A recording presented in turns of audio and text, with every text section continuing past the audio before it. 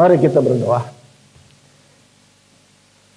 Bapa dalam surga, terima kasih Tuhan kalau pada pagi hari ini Engkau masih memberikan kami kekuatan, kesehatan, bahkan kesempatan untuk bersama-sama berhimpun di rumah-Mu yang kudus, dan di dalamnya kami sudah boleh memuja-muji Engkau, mensyukuri nikmat Tuhan yang sudah kami terima sepanjang minggu yang sudah kami lalui. Dan saatnya Tuhan, bersama-sama kami akan membaca sebagian firman-Mu dan merenungkannya. Namun kami menyadari siapakah kami Tuhan, manusia lemah dan terbatas. Dan oleh sebab itu kami mohon pimpinan daripada Roh-Mu yang kudus, agar supaya memampukan kami mengerti apa yang kami baca dan yang kami renungkan bersama-sama. Sehingga sepulangnya dari tempat ini, kami tidak pulang dengan sia-sia dan hampa. Namun ada sebaris dua baris firman Tuhan yang sungguh-sungguh melekat di kedalaman hati kami, dan kami jadikan itu rema dalam kehidupan kami. Hamba-Mu yang berdiri, siapakah dia Tuhan? Dia tidak ada apa-apanya, kosong dan hampa.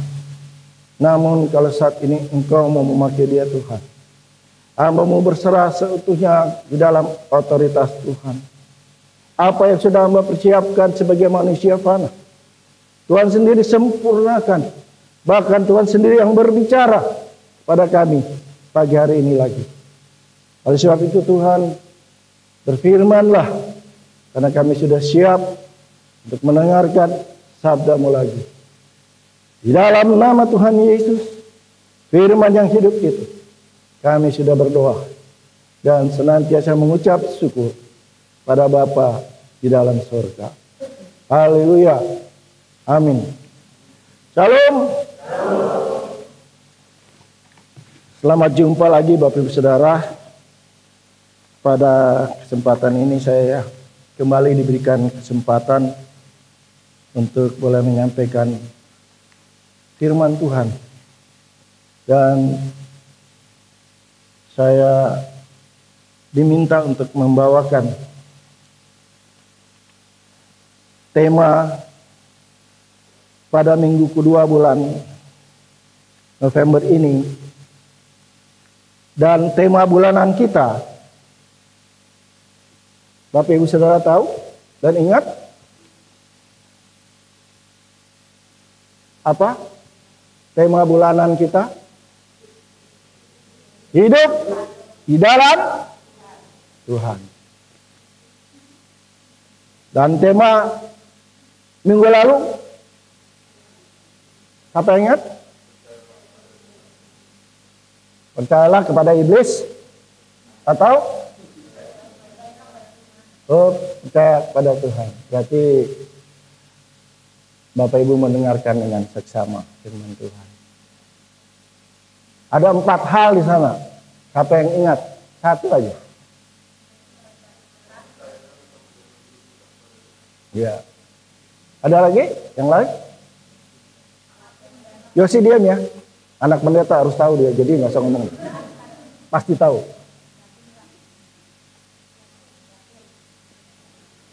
Ya. Artinya di dalam setiap kita beribadah, paling tidak kita harus ingat apa itu firman Tuhan minggu lalu. Nggak usah yang 1 bulan yang lalu, yang minggu lalu aja deh. Ya, makanya saya belajar untuk menulis apa firman Tuhan, dari mana firman Tuhan, siapa yang menyampaikan. Jadi masih teringat di usia yang 71, kalau saya nggak belajar atau membaca, saya cepat pikun. Makanya saya selalu membaca. Kalau saya masih di Cawang, saya selalu beli koran Kompas. Di situ minggu ada TTS yang banyak benar. Sengaja saya lakukan. Supaya apa? Supaya otak saya ini bekerja. Dan saya nggak pikun. Pelupa ya masih. Ya, kacamata ditaruh di kepala, nyari kacamata. Cucunya bilang, itu apa di kepalanya? Oh iya. Ya, namanya udah out ya. Tema kita hari ini, minggu kedua bulan November, berlakulah setia kepada Tuhan. Pembacaan firman Tuhan yang akan menunjang firman Tuhan ini, kembali kita melihat dari Amsal pasalnya yang ke-19. Ayat yang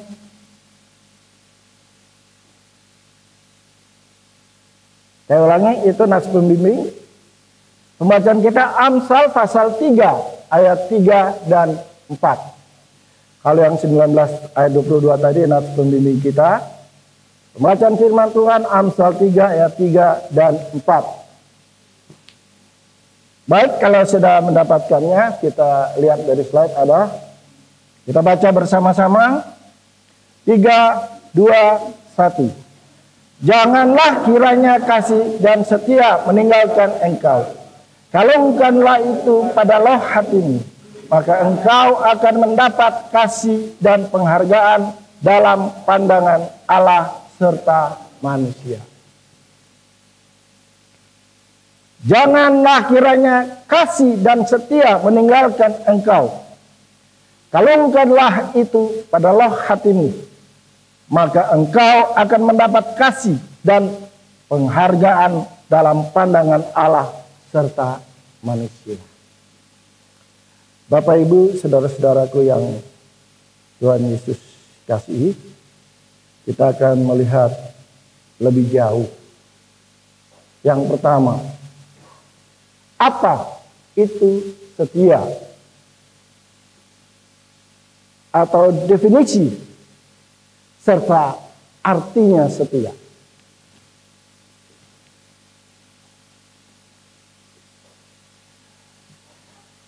Apa itu setia?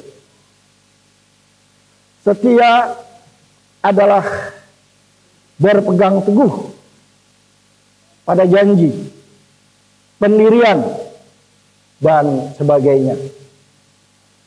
Atau bisa juga patuh, taat. Misalnya sebagai seorang pekerja. Bagaimanapun berat tugas yang harus dijalankan, ia tetap dengan setia melaksanakannya.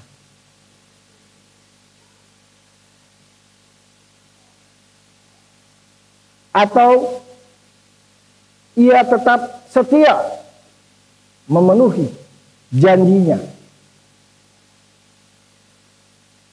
Yang kedua, apa itu setia? Tetap teguh hati dalam persahabatan dan lain sebagainya. Dan sebagai kehidupan rumah tangga, walaupun sebagai seorang istri atau suami yang telah sekian lama suaminya atau istrinya yang bekerja di rantau dan belum pulang-pulang, dia tetap setia menunggu. Yang ketiga, tetap berpegang teguh dalam pendiriannya, dalam janji-janjinya, dan sebagainya. Misalnya kita seorang yang berusaha atau memiliki bisnis,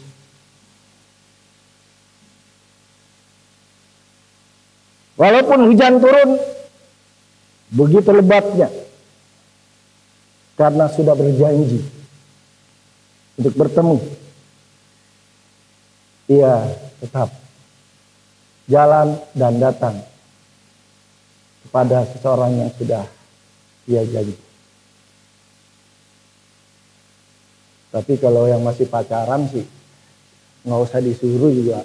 Mau hujan angin tetap datang untuk ketemu si doi.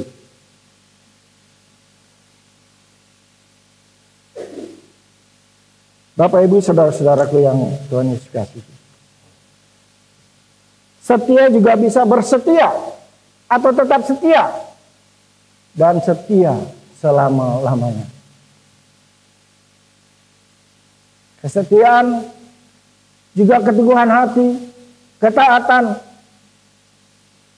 dalam persahabatan, perhambaan dan sebagainya. Bahkan setia itu juga bisa dikatakan kepatuhan.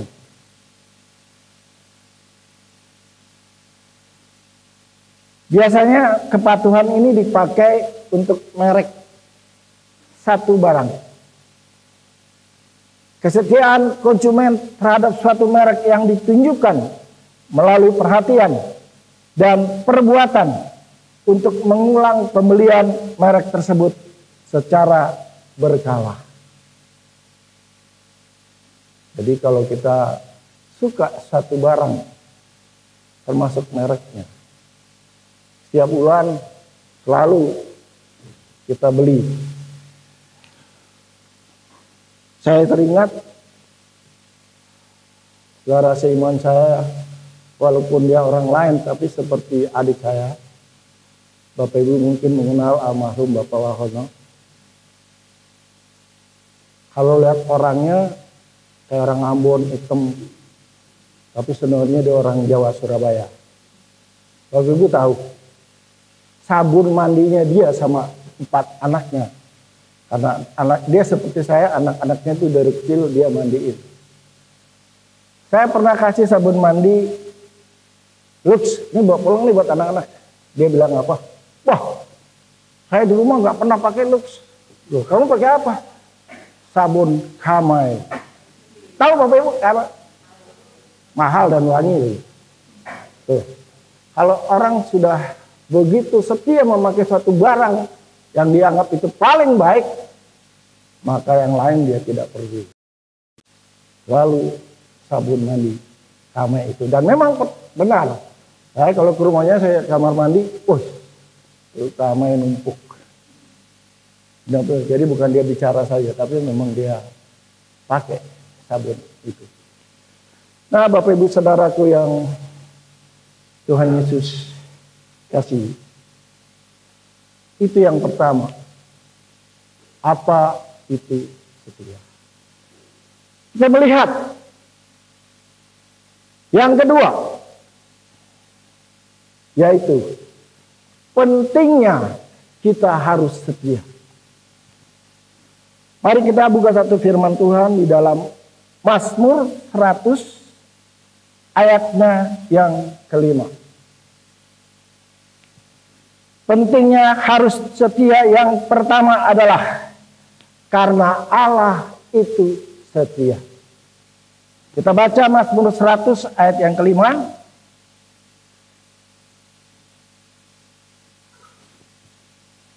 Tiga, dua, satu. Sebab Tuhan itu baik, kasih setianya untuk selama-lamanya, dan kesetiaannya tetap turun-temurun. Itu berarti Bapak Ibu saudaraku yang dikasih, Allah sendirilah yang patut disembah. Bagaimana sikap kita terhadap penyembahan? Apa kita dengan sukarela dan penuh sukacita masuk dalam hadirat Allah? Atau apakah kita hanya ikut-ikutan dan malas ke gereja atau terpaksa? Mazmur ini menyuruh kita mengingat kebaikan dan kesetiaan Allah, dan kemudian mengharuskan kita untuk menyembah Dia dengan penuh ucapan syukur dan puji-pujian. Tadi dari awal kita sudah memuji-muji Tuhan dengan puji-pujian. Kita sudah masuk di dalam doa syukur, untuk bersyukur atas segala kebaikan Tuhan. Dan saya percaya Bapak Ibu saudara-saudara yang hadir saat ini tentu dengan satu tujuan yang sungguh-sungguh untuk menyembah Tuhan yang setia itu. Dan kita sepatutnya juga menunjukkan kesetiaan kita untuk datang kepada Tuhan.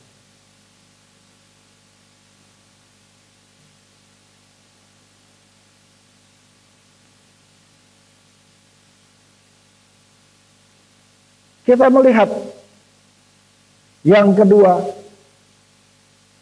pentingnya harus setia. Yaitu melalui Amsal 12 ayatnya yang ke-22.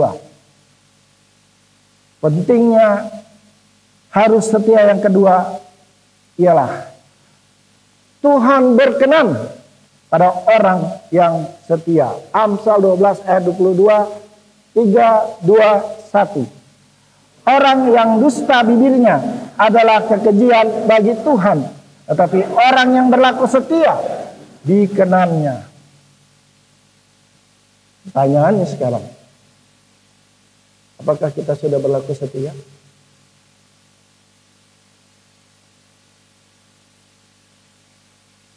Karena di antara kita yang hadir saat ini, ada yang datang ke gereja, duduk di pojok, dari awal ibadah mulai sampai penyampaian firman Tuhan, HP tidak lepas dari tangannya. Entah itu membaca Alkitab atau sedang WA, kita tidak tahu. Tapi Tuhan tahu. Jadi Bapak Ibu Saudara, bukan tidak boleh membawa HP. Bukan tidak boleh membaca Alkitab dari HP. Tapi kondisi saat ini, orang jarang sekali bawa Alkitab sekarang. Masih yang bawa adalah orang-orang yang sudah tua. Walaupun bacanya harus begini nih, ya. Tapi dia tetap pakai Alkitab. Dari orang-orang muda, remaja, sampai anak-anak sekolah minggu, semua sudah pakai HP.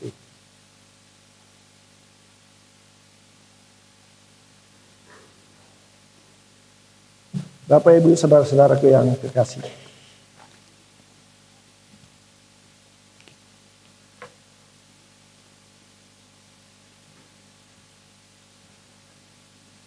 yang ketiga, pentingnya harus setia. Karena orang yang setia sukar ditemukan. Amsal 20 ayat yang ke-6. Pentingnya harus setia. Yang ketiga, orang yang setia sulit ditemukan. Mari kita baca bersama-sama. 3, 2, 1. Banyak orang menyebut diri baik hati, tapi yang setia, siapakah menemukannya? Ini berarti bahwa orang yang baik hati belum tentu setia. Tapi kalau orang yang setia, pasti dia baik hati.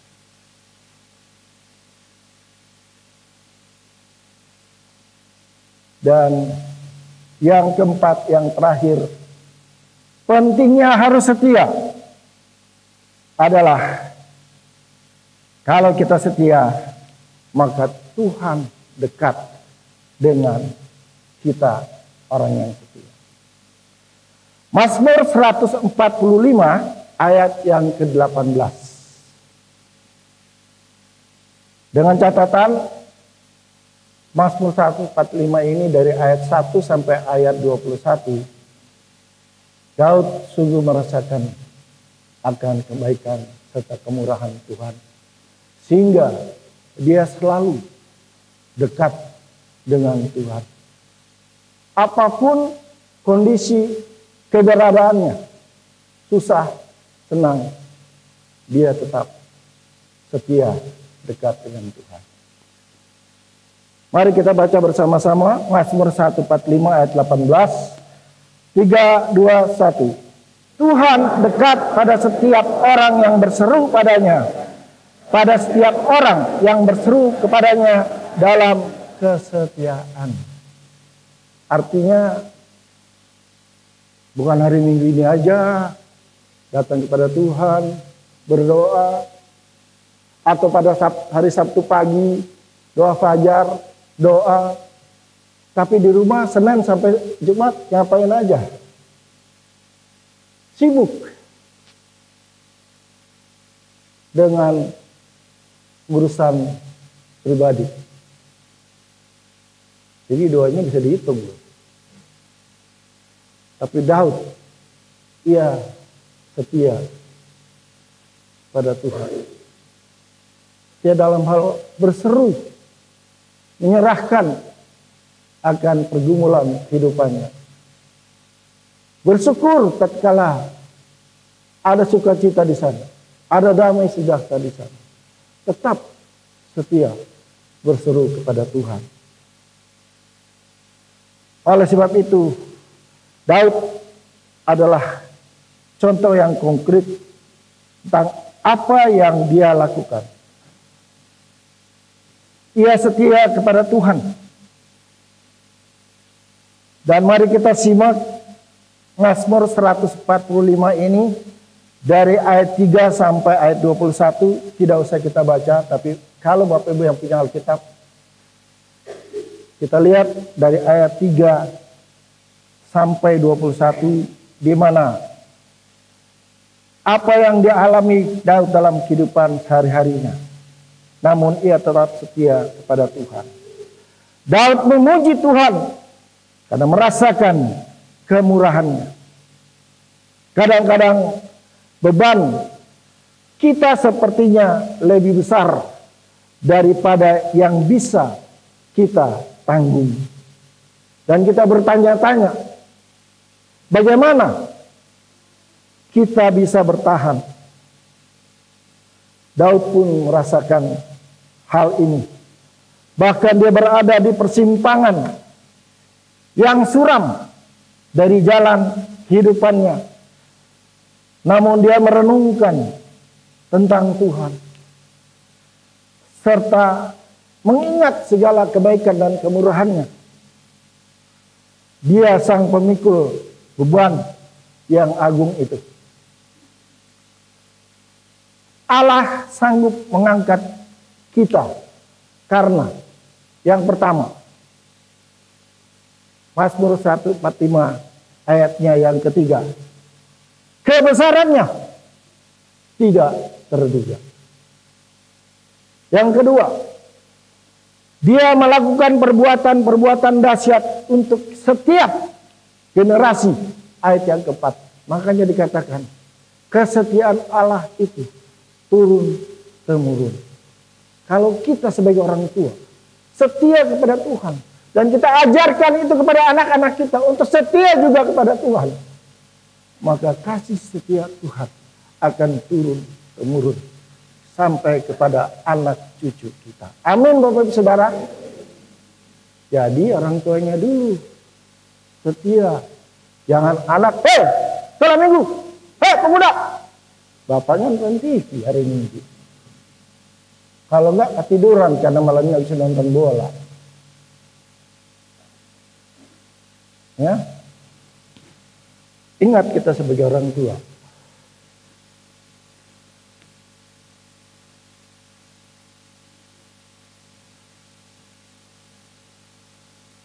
Yang ketiga dari Mazmur 145 ayatnya yang keempat. Dia melakukan perbuatan-perbuatan dahsyat untuk setiap generasi. Itu yang tadi. Yang ketiga, dia penuh dengan kemegahan yang agung dan mulia. Ayat yang kelima. Yang keempat, Dia melakukan perbuatan-perbuatan yang menimbulkan kekaguman. Ayat 5 dan 6. Yang kelima, dia adil. Ayat yang ketujuh. Yang keenam, dia baik dan penuh belas kasihan, sabar dan penuh kasih. Ayat 8 dan ayat yang ke-9. Yang ketujuh, dia memerintah atas kerajaan yang kekal. Ayat 13. Yang ke-8, dialah sumber segala kebutuhan kita sehari-hari. Ayat 15 dan ayat 16. 9. Dia adil dan baik dalam segala urusannya. Ayat 17. Dan yang ke-10, dia tetap dekat pada orang-orang yang berseru kepadanya dalam kesetiaan. Yang ke-11, dia mendengar teriakan kita dan menyelamatkan kita. Ayat 19 dan ayat yang ke-20. Itu yang dilakukan oleh Daud. Karena dia merasakan begitu banyak kemurahan yang Tuhan nyatakan melalui kehidupannya. Sekalipun dia diperhadapkan dengan begitu banyak permasalahan, pergumulan. Bagaimana dengan kita?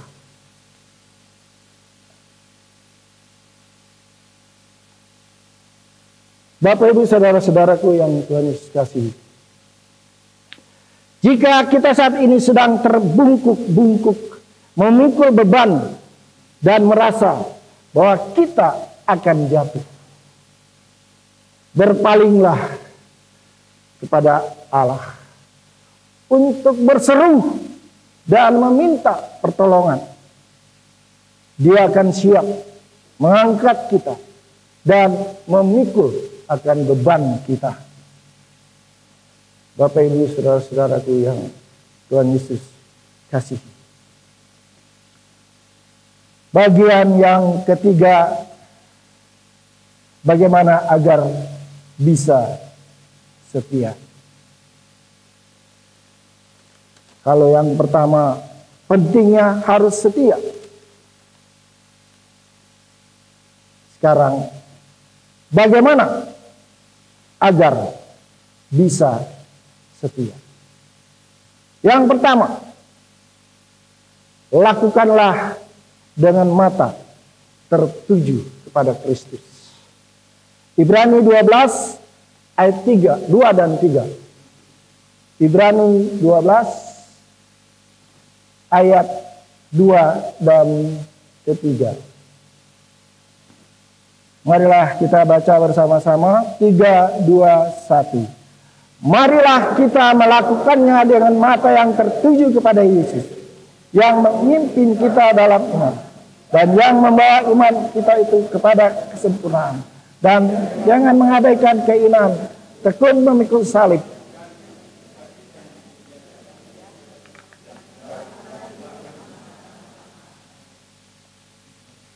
Bapak, Ibu, saudara-saudaraku yang Tuhan Yesus kasihi,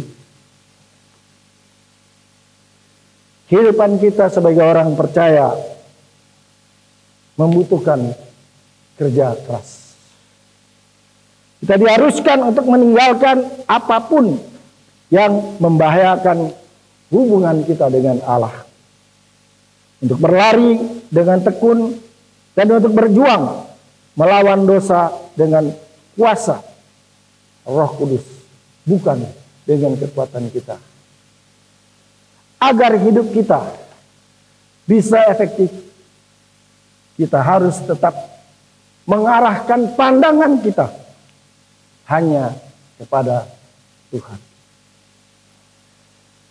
Kita akan tersandung jika kita mengalihkan pandangan dari Dia untuk melihat diri sendiri atau melihat keadaan sekeliling kita. Kita hendaknya berlari bagi Kristus, bukan bagi diri sendiri. Dan kita harus selalu memandang hanya kepada Dia. Bapak, Ibu, saudara-saudaraku yang Tuhan Yesus kasihi, Ketika menghadapi kesukaran dan keputusasaan, orang mudah untuk tidak bisa melihat maksud pentingnya. Tetapi kita tidak sendirian. Ada pertolongan. Bahkan banyak orang telah mengalami itu dalam hidup ini. Yaitu menanggung keadaan-keadaan yang jauh lebih hebat, bahkan lebih sulit daripada yang kita alami. Penderitaan merupakan tempat latihan menuju kedewasaan, kekristenan, bahkan kerohanian kita. Itu akan membangun kesabaran kita dan menjadikan kita berkemenangan dengan akhir yang begitu indah. Karena apa? Karena mata kita selalu tertuju hanya kepada Tuhan.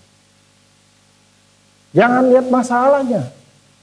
Seringkali kita melihat masalah, aduh, satu belum selesai, ada masalah lain, yang lain. Jangan lihat masalah. Pandang kepada Tuhan, berseru dan katakan, Tuhan, aku mohon pertolongan. Mampukan aku untuk melewati masalah ini.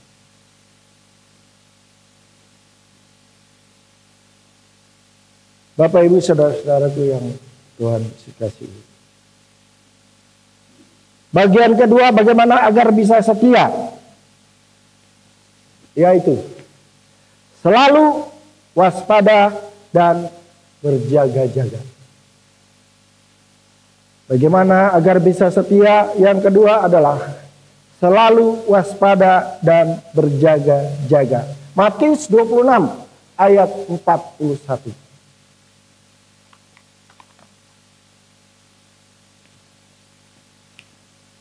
Baik, kita baca bersama-sama. 3, 2, 1. Jaga-jagalah supaya kamu jangan jatuh ke dalam pencobaan. Roh memang penurut, tapi daging lemah. Bapak Ibu saudara-saudaraku yang Tuhan Yesus kasih. Yesus memakai rasa mengantuk Petrus untuk memperingatkan dia akan pencobaan yang segera dihadapinya. Dan cara untuk mengatasi percobaan adalah berjaga-jaga dan berdoa. Pembacaan kita tadi Matius 26 ayat 41. Terus berjaga-jaga berarti menyadari kemungkinan adanya pencobaan, serta memperlengkapi diri secara rohani untuk memeranginya. Karena percobaan menyerang bagian yang paling rentan dari diri kita.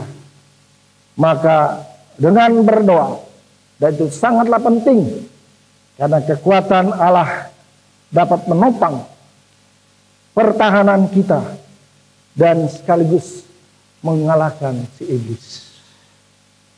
Jangan mengandalkan kekuatan kita. Selanjutnya kita melihat hal yang ketiga, bagaimana agar kita bisa setia. Yaitu tanamkan di hati kita untuk setia. Amsal 3 ayat yang ketiga, pembacaan kita tadi. Mari kita baca bersama-sama. Ayat yang Amsal 3 ayat yang ketiga. 1, 2, 3. Janganlah kiranya kasih dan setia meninggalkan engkau. Kalungkanlah itu pada lehermu. Tuliskanlah itu pada loh hatimu. Kesetiaan dan kebaikan merupakan kualitas karakter yang paling penting. Karena keduanya melibatkan tindakan dan juga pendirian kita. Seorang yang setia senantiasa bertindak secara bertanggung jawab. Dan seorang yang baik akan bekerja untuk keadilan bagi orang lain. Karena melalui pikiran dan perkataan saja tidaklah cukup. Tetapi melalui kehidupan kita akan menunjukkan apakah kita benar-benar setia dan baik. Apakah tindakan kita selalu sesuai dengan pendirian kita. Bapak, Ibu, saudara-saudaraku yang dikasih. Kalau ketiga hal ini sudah kita lakukan, yaitu mengerti apa itu setia. Pentingnya harus setia. Dan yang ketiga, bagaimana agar bisa setia. Maka yang keempat adalah upah bagi orang yang setia. Jadi kalau mau mendapat upah, ketiga hal tadi harus kita lakukan dulu. Mengerti apa itu setia. Pentingnya harus setia. Bagaimana agar bisa setia? Maka yang keempat adalah kita akan menerima upah bagi orang yang setia. Yang pertama, bagi orang yang setia, yang pertama kita menerima mahkota kehidupan. Wahyu pasal 2 ayat yang ke-10.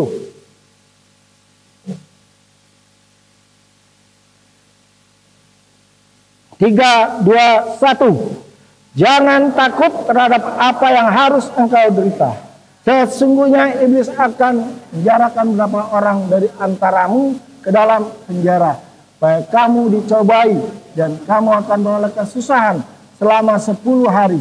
Hendaklah engkau setia sampai mati, dan aku akan menghadiahkan kepadamu mahkota kehidupan.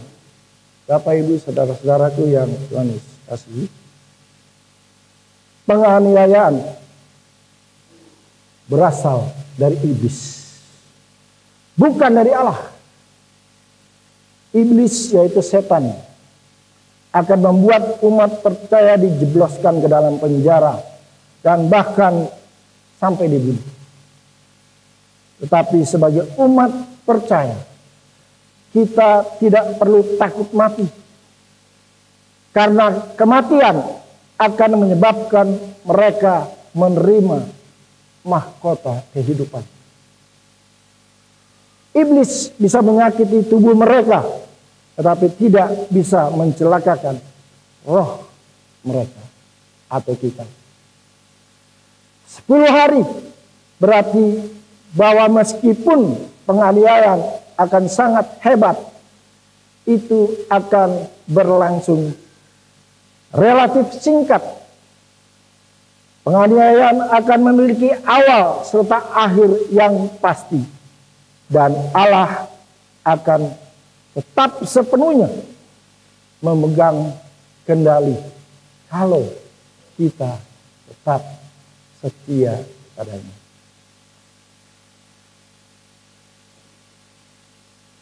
Smyrna terkenal karena berbagai perlombaan olahraga.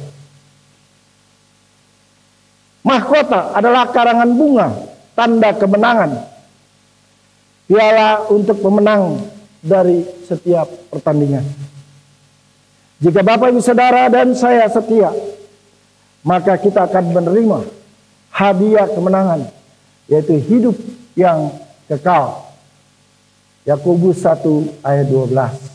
Dan pesan para jemaat Smyrna dan kita adalah agar tetap setia selama menderita, karena Allah yang akan memegang kendali dan janji-janjinya bisa kita percaya. Yesus tidak pernah berkata bahwa dengan setia kepadanya maka kita akan terhindar dari masalah, penderitaan, dan penganiayaan. Tetapi kita harus tetap setia kepadanya dalam penderitaan kita. Dengan demikian barulah iman kita akan terbukti bahwa iman kita itu murni. Kita tetap setia dengan terus memandang kepada Kristus, dan pada apa yang Dia janjikan kepada kita sekarang dan untuk masa yang akan datang. Bapak, Ibu, saudara-saudaraku yang kekasih, itu upah yang pertama bagi orang yang setia. Yang kedua, upah bagi orang yang setia adalah mendapat kasih dan penghargaan dari Tuhan dan manusia. Masih pembacaan kita Amsal 3 ayat yang keempat. Amsal pasal 3 ayat yang keempat. 3, 2, 1. Maka engkau akan mendapat kasih dan penghargaan dalam pandangan Allah dan manusia. Atau ayat bandingan yang terdapat di dalam Yeremia 9 ayat 23 dan ayat yang ke-24. Kita baca bersama 3, 2, 1. Beginilah firman Tuhan. Janganlah orang bijaksana berbengah karena kebijaksanaannya. Janganlah orang kuat berbengah karena kekuatannya. Janganlah orang kaya, tetapi siapa yang berbengah, baiklah berbengah karena yang berikut, bahwa ia memahami dan mengenal aku, bahwa akulah Tuhan yang menunjukkan kasih setia, keadilan, dan kebenaran di bumi. Sungguh semuanya itu kusukai. Demikianlah firman Tuhan. Bapak, Ibu, saudara-saudaraku yang Tuhan kasihi, kita manusia cenderung mengagumi 3 hal tentang orang lain, yaitu hikmat, kekuasaan, dan kekayaan. Tapi Allah menempatkan prioritas yang lebih tinggi pada soal mengenal Dia secara pribadi, serta menjalani kehidupan yang mencerminkan keadilan, kebenaran, dan kasih serta kesetiaan. Pertanyaan bagi Bapak, Ibu, Saudara, dan saya, hal apa yang ada pada diri kita yang paling kita inginkan untuk dikagumi oleh Tuhan dan orang lain? Semuanya berpulang kepada kita. Bagaimana kita menjalani kehidupan ini dengan tetap berlaku setia kepada Tuhan. Bapak, Ibu, saudara-saudaraku yang Tuhan Yesus kasihi, mari kita buka firman Tuhan yang terdapat di dalam Yakobus pasal 1 ayat yang ke-12. Masih ada 10 lagi firman Tuhan yang akan kita baca. Jadi kira-kira jam 11 baru selesai. Yang pantatnya udah panas coba bangun diri dulu sebentar gitu ya, digoyang-goyang. Karena saya dipesan kalau biasa bawanya yang setengah jam lebih firman Tuhan. Kalau perlu 1 jam. Sudah? 3, 2, 1. Berbahagialah orang yang bertahan dalam pencobaan. Sebab apabila ia sudah tahan, ia akan menerima mahkota kehidupan yang dijanjikan Allah kepada siapa yang mengasihi Dia. Mahkota kehidupan adalah bagikan piala kemenangan bagi olahragawan yang menang. Tapi bagi kita yang berlaku setia kepada Tuhan, mahkota kehidupan dari Allah bukan pujian, kehormatan di dunia ini, melainkan upah berupa hidup yang kekal. Hidup selamanya bersama dengan Allah. Maukah Bapak, Ibu, Saudara hidup selamanya dengan Allah? Enggak ada yang mau. Apa mau hidup selamanya dengan suami, anak-anak di dunia ini? Siapa yang mau hidup selamanya, kekal selamanya bersama Allah? Coba angkat tangan. Ya, bisa dihitung. Yang lain kemana? Saya aja mau angkat tangan. Coba semua angkat tangan. Ini kalau nggak angkat tangan, ini nggak nyimak nih dari awal nih saya bawa firman Tuhan. Bapak Ibu saudara-saudaraku yang Tuhan kasihi.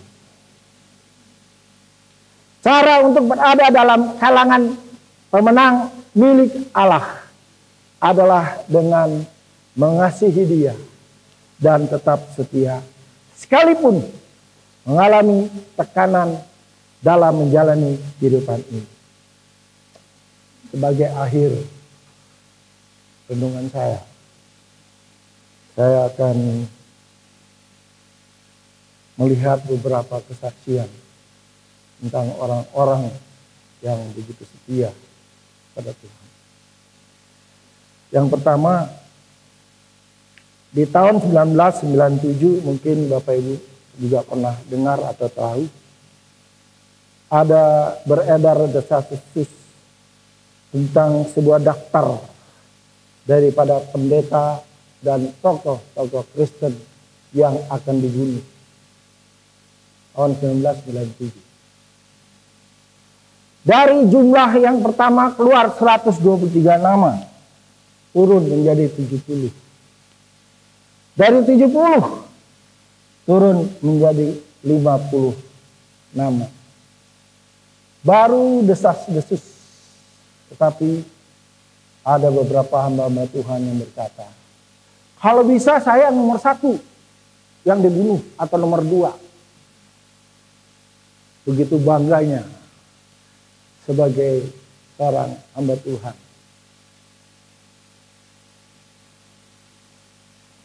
Apa benar begitu? Berani seperti itu? Karena baru desas-desus. Kepastiannya belum pasti. Tapi sudah gembar-gembor. Kalau bisa saya nomor 1. Ya. Atau nomor 2 lah. Karena belum jelas ini benar atau tidak. Tapi kita nggak usah langsung berkata, wah ini orang hebat juga ya. Atau ini orang takabur. Yang kedua, kita lihat bagaimana seorang murid Yesus. Siapa itu? Tahu? Seorang murid Yesus pada waktu Yesus di pengadilan. Petrus. Bagaimana dengan lantang dia berkata, aku tidak akan menyangkali engkau. Padahal sebelumnya Tuhan Yesus sudah katakan, sebelum ayam berkokok, engkau sudah menyangkali aku 3 kali. Kenapa dia berani berkata gitu?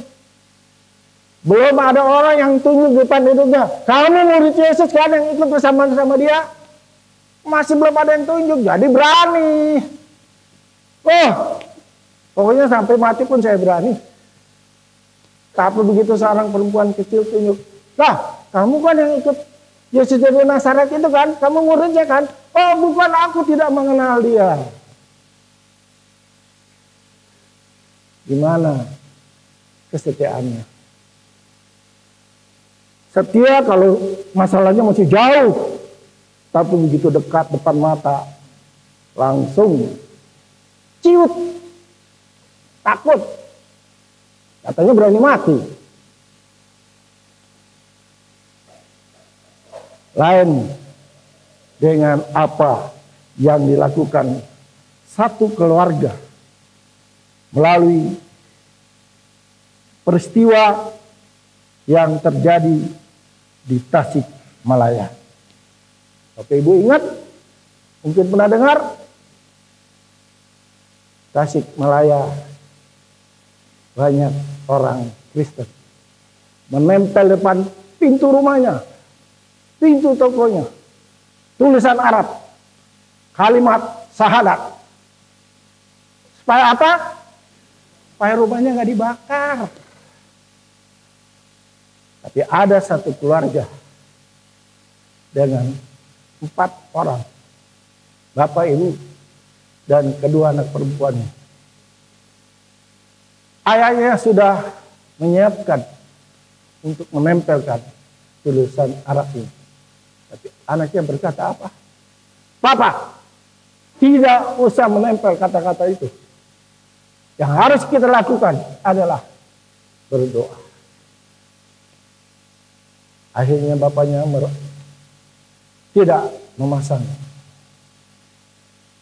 huruf-huruf Arab itu di pintu rumahnya. Lalu mereka bersama-sama berdoa. Berdoa, meminta pertolongan Tuhan. Memohon dengan sungguh-sungguh sambil menangis.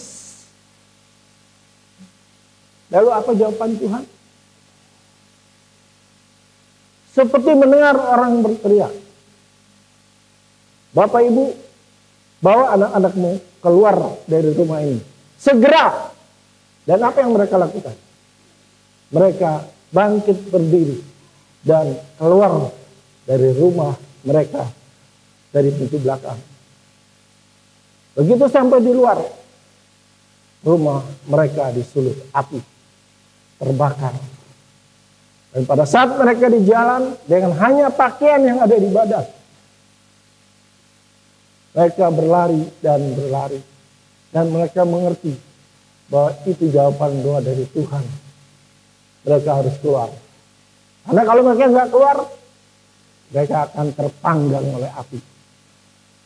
3 jam mereka melarikan diri ke bagian pinggiran kota. Tidak merasakan kepenatan. Sambil menangis, sambil berdoa berseru kepada Tuhan. Sampai di bagian pinggiran kota, ada sebuah rumah yang indah. Pemilik rumah sedang di depan pintu gerbang. Melihat keberadaan 4 orang ini, dia mempersilakan mereka untuk masuk. Masuklah Bapak Ibu. Apa yang terjadi? Lalu mereka menceritakan apa yang terjadi. Bahkan di situlah baru mereka rasakan kepenatan karena berlari untuk menyelamatkan diri selama 3 jam. Akhirnya pemilik rumah berkata, setelah mendengar semua cerita, rumah ini baru saya bangun. Dan saya berencana 1 bulan ke depan, saya akan pindah ke tempat rumah ini. Namun karena saya mendengar Bapak Ibu Saudara rumahnya dibakar, silakan menempati rumah ini sampai rumah Bapak Ibu yang dibakar itu bisa dibangun kembali. Oh, betapa kemurahan Tuhan bagi anak-anaknya yang setia. Apapun yang diperhadapi dalam kehidupannya. Bapak Ibu saudara-saudaraku yang Tuhan Yesus kasihi. Oleh sebab itu, tetaplah setia. Sekalipun mengalami tekanan di dalam menjalani kehidupan ini, tetap kita berlaku setia kepada Tuhan. Maka kehidupan kekal selamanya bersama Tuhan akan menjadi milik kita. Tuhan memberkati kita dengan firman. Amin. Sesuai dengan pujian kami Tuhan, ku mau setia selamanya, karena kami merindukan mendapatkan mahkota kehidupan yang kekal, yaitu hidup selamanya bersama dengan Engkau. Tetapi Tuhan, kami harus mengakui dan memohon belas kasihan dan pengampunan-Mu, bahwa seringkali kami tidak dan kurang setia pada Engkau. Karena kesulitan, mara bahaya masih jauh daripada kehidupan kami. Dan kami merasa kami sanggup berjalan hidup dengan kekuatan kami sendiri. Dan pada akhirnya kami jatuh dan jatuh lagi karena ketidaksetiaan kami. Terima kasih Tuhan untuk firman-Mu pagi hari ini yang membuka mata rohani kami untuk kami boleh mengerti apa itu setia. Kami mengerti pentingnya harus setia dan bagaimana cara agar kami bisa setia. Bila Roh Kudus-Mu sendiri yang menolong, menopang, dan memampukan kami. Karena kalau kami mengandalkan kekuatan kami sendiri, kami tidak mampu Tuhan. Kalau kami sudah melakukan ketiga hal ini dengan setia, maka ada upah yang Engkau sediakan bagi kami, yaitu menerima mahkota kehidupan dan mendapat kasih serta penghargaan dari Engkau, bahkan dari orang-orang yang ada di sekitar kami, yang melihat di mana kami hidup dengan berlaku setia kepada Tuhan. Terima kasih Tuhan. Biarlah Roh Kudus-Mu terus berbicara, karena hamba-Mu sudah berhenti sampai di sini. Biarlah Roh Kudus terus mengingatkan kami bagaimana kami harus berlaku setia melalui kehidupan ini kepada Tuhan. Terima kasih Bapak, terima kasih Tuhan. Pada kesempatan pagi hari ini Tuhan, kami mau berdoa menyerahkan sidang jemaat-Mu yang pada pagi hari ini tidak ambil bagian di dalam ibadah di rumah-Mu yang kudus, karena mereka mengalami kelemahan tubuh. Ada Bapak Sobaharia, ada Bapak Agus Mahakena, ada Bapak Markus Subagio, ada Bapak Poli Direx, ada Bapak Demianus Pelamunia, bahkan anak kekasih Jeremia Pelamunia, anak kekasih Azalihi, dan juga hamba-Mu Bapak Anggita Budi Prakoso yang saat ini mengalami kelemahan tubuh, yaitu diare. Oh Tuhan, kami mau menyerahkan mereka semuanya ke dalam tangan kasih-Mu. Bersyukur untuk mereka yang sudah keluar dari rumah sakit, seperti Bapak Agus, Bapak Poli, Bapak Markus, Bapak Demianus Pelamunia, dan juga anak kekasih Jeremia. Dan mereka saat ini dalam penghormatan berjalan di rumah mereka masing-masing. Tuhan, semua sarana prasarana, obat-obatan, makanan yang mereka makan, Tuhan sucikan, Tuhan berkati, dan melalui itu semua mereka boleh dipulihkan kembali. Terima kasih Tuhan Yesus, terima kasih. Kalau ada di antara jemaat-Mu yang saat ini juga sedang dalam kelemahan tubuh, biarlah Tuhan Engkau juga memberikan belas kasihan-Mu, melawat mereka semua dengan kasih setia, dan menjamah serta mengangkat semua sakit penyakit yang ada, sehingga mereka boleh dipulihkan melalui kuasa bilur-Mu itu. Terima kasih Tuhan Yesus, terima kasih. Saat ini kami mau berdoa menyerahkan setiap jemaat yang sudah lansia, yang tidak dapat mengambil bagian, yang jauh tempat tinggalnya, sehingga tidak memungkinkan mereka hadir bersama-sama dengan kami melalui ibadah ini. Apapun yang mereka lakukan dengan mendengarkan ibadah lewat telekomunikasi yang ada, Tuhan memberkati mereka, memberikan kekuatan, memberikan penghiburan, memberikan segala sesuatu yang mereka butuhkan. Tuhan cukupkan melalui kehidupan mereka, melalui orang-orang yang ada bersama-sama dengan mereka, anak, mantu, cucu-cucu yang mereka kasihi. Terima kasih Tuhan. Kami terus menyerahkan setiap pelayan-pelayanmu di gereja kami di tempat ini. Dari Gembala Sidang, Ibu Gembala, bahkan Bapak Ibu Majelis dengan keluarga, Bapak Ibu Badan Pengurus komisi dengan keluarga mereka, komisi sekolah minggu, para pengasuh pengurus, komisi muda-mudi, para pengurus, bahkan koordinator yang ada, biarlah mereka bersama-sama memberikan pelayanan yang sungguh-sungguh dengan ketaatan dan kesetiaan bagi hormat dan kemuliaan nama Tuhan saja.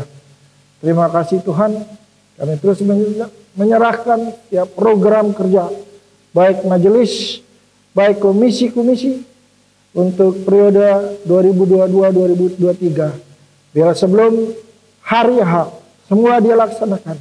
Tuhan berkenan memberkati, bahkan Tuhan sendiri yang menopang sehingga segala sesuatunya boleh berjalan bukan karena kekuatan dan kemampuan kami manusia, tapi sungguh Tuhan yang menopang kami sekaliannya.